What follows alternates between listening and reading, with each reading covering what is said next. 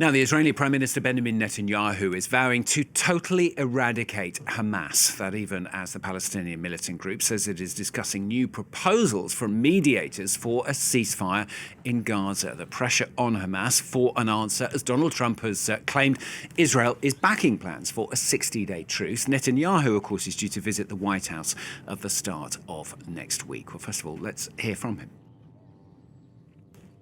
I'm telling you, there will be no Hamas. There will be no Hamas-Stan. We're not going back to that. It's over. We'll release all our hostages and we will defeat Hamas.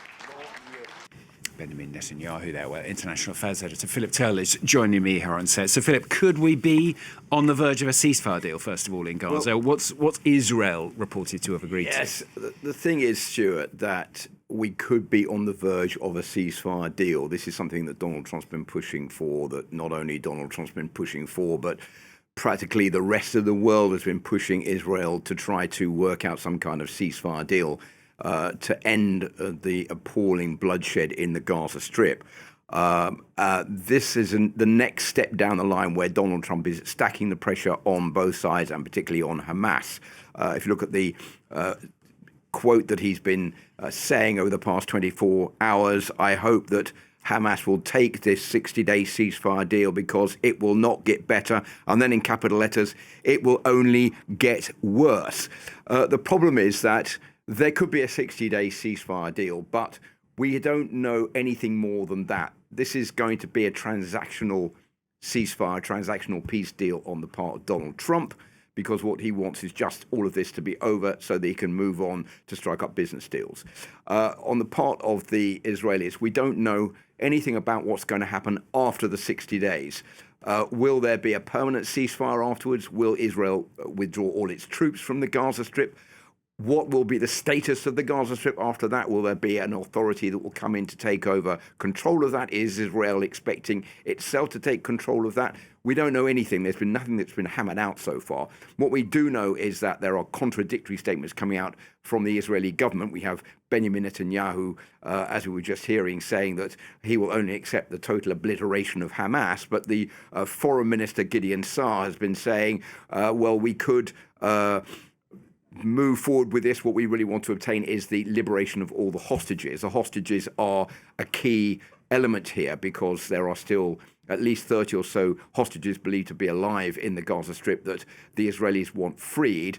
But in exchange for that, it means that Israel would have to leave Hamas in the Gaza Strip for those hostages to be released by Hamas. And that is something that obviously Benjamin Netanyahu has made it pretty clear that he's not willing to accept. So that's the situation as we have it right now. We could be moving little by little towards a ceasefire, but it's all very unclear about exactly what that ceasefire means in the long run. So how much pressure then is Netanyahu under? He is under an awful lot of pressure, to put it mildly. First of all, from public opinion back home. If you look at one of the latest opinion polls for the Israel Democracy Institute with the question, do you trust Benjamin Netanyahu? Only 46% of Israeli Jews say they have confidence in him, and only 5% of Israeli Arabs say they have confidence in the Prime Minister and his ability to end the war in Gaza and free the hostages from captivity. And I think there is growing feeling also in Israel that Benjamin Netanyahu is more interested in keeping his own political career alive and kicking than trying to get the hostages released or end the war in Gaza. So he's playing to the hands of the far right in Israel. And that has made things even more complicated for him because two far-right politicians who are supporting the government of Benjamin Netanyahu, if they withdraw, the government would collapse. They are the National Security Minister Itamar Ben-Gvir and the Finance Minister Bezalel Smotrich. And they say that they are considering a joint action to thwart a possible ceasefire deal and a hostage release agreement because they want the war in Gaza to continue until Hamas is totally obliterated and Israel can take control of Gaza.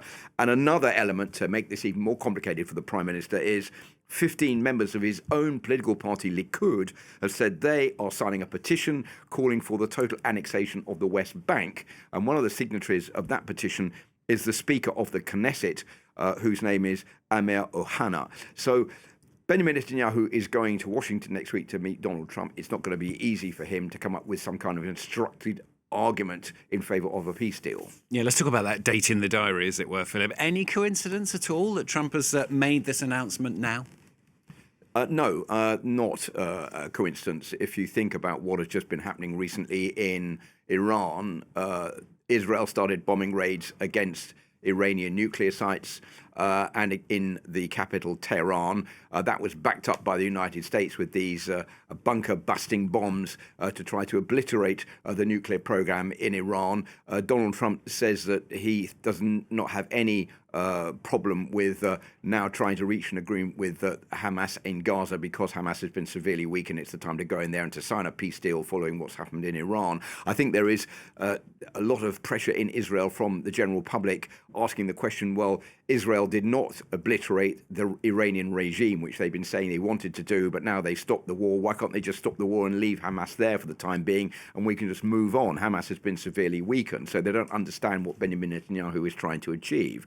A second point is that Donald Trump wants a transactional peace agreement to move on. We don't really know what that means in the future. What he wants is to strike up business deals with American companies to come in to rebuild the Gaza Strip, possibly to build a Riviera there, and to renew relations with other Arab states, particularly with Saudi Arabia. And the problem there is that Saudi Arabia said it will only go forward if there is a two-state solution that is acceptable. And for the moment, that is something that seems really too far down the line to even be imaginable.